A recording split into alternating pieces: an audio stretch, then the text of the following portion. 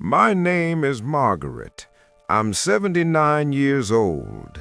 There's a letter in the top drawer of my bedside table. It's been there for 43 years. The envelope is yellowed now, the ink faded in places. I've touched it more times than I can count, but I've never shown it. My hands don't look like they used to. 79 years changes everything except what you can't let go of. This envelope, I've held it so many times the paper remembers my fingerprints. The bedside lamp throws its quiet light like it's been waiting all day for this moment. Every evening, same drawer, same letter, same choice not to destroy it. The afternoon sun doesn't judge.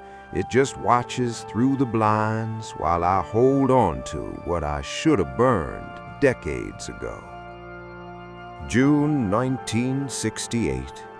Everyone said we looked perfect. That's what this photograph proves. We looked perfect. David's hand on my waist, my practiced smile, string lights overhead, like stars arranged by someone who believed in order. But photographs lie, or maybe they tell a different truth. See how our bodies lean away even while we dance.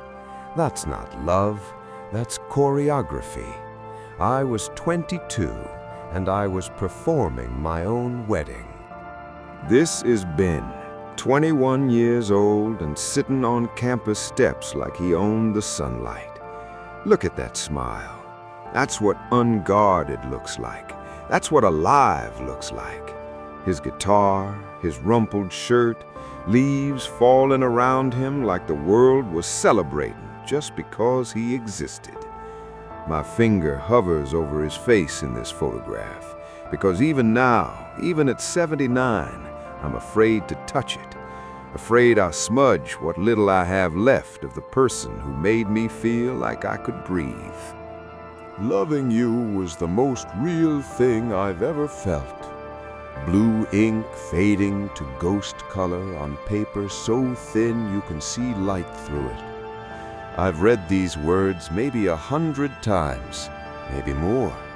Each fold line is a scar from being opened in secret, late at night, when I needed to remember I was once someone who made someone feel something real. My hands shake now. They didn't shake the first time I read this. Back then I was steady. I was sure I'd made the right choice. The trembling came later. 1971. Yellow paint, white shutters, maple trees still young enough to need support. That's us in the doorway, two small figures starting a life that looked exactly right. Maple Street, coffee at 6, dinner at 6, television after. This photograph smells like predictability, like choosing the known over the terrifying. I don't even pick it up anymore. I just let it sit there with the others, proof that I built something solid, something hollow, something safe. Christmas 1979. Look at David with the children.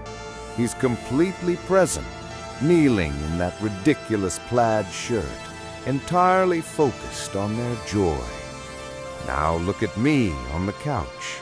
I'm smiling, I'm looking at them, but I'm not there, not really. You can see it if you know what to look for. My body showed up for every Christmas, every birthday, every school play, but some essential part of me was always somewhere else, in a letter, in a memory, in a version of myself I left behind. 2 inches. That's how far apart our hands are on this porch railing. David reaching, me tolerating. This photograph was taken maybe 15 years ago during one of our evening routines. He tried, God, he tried, and I let him try. I let him reach across space I wouldn't close. Those 2 inches might as well be an ocean. That's what a marriage looks like, when one person keeps reaching and the other person is haunted. 1962. David outside the plant. Lunch pail, work clothes, tired eyes. This photograph sits on my table every morning now, beside my coffee. I look at it, and I see what I couldn't see when he was alive. Dignity, steadiness, someone who showed up every single day without complaint or drama or poetry, just presence, just reliability, just love in the only language he knew how to speak. And I took it for granted because it didn't make my chest feel too small for my heartbeat. Benjamin Arthur Collins, age 76. I found this obituary 2 years ago, not looking for him, just looking. And there he was, gray hair, kind eyes, survived by a daughter and 2 grandchildren. He lived, he loved someone, he had a family, and I felt relief. Relief that he didn't wait, relief that he moved on. And then I felt the grief, not for losing him, but for realizing I spent 43 years carrying him like a secret, while he built an actual life I was never part of. Tomorrow, I said. Tomorrow I'll let it go. But here I am, hands shaking, holding this envelope over an empty wastebasket, and I can't quite release it yet. 79 years old, and I'm still gripping onto a version of myself I never became. My hands know what my heart is still learning, that keeping this letter didn't preserve anything. It prevented everything. The morning light says it's time. My trembling fingers say I'm not ready, but I'm going to do it anyway, because 43 years is long enough to live in the past. 1983, Little League. David kneeling in the dirt beside Daniel, both of them grinning at the camera. Look at David's hand on our son's shoulder. Look at his face. Pure pride, pure presence. No conditions, no complexity. Just a father showing up. And where was I? Taking the photograph, probably. Documenting instead of participating. Seeing, but not recognizing.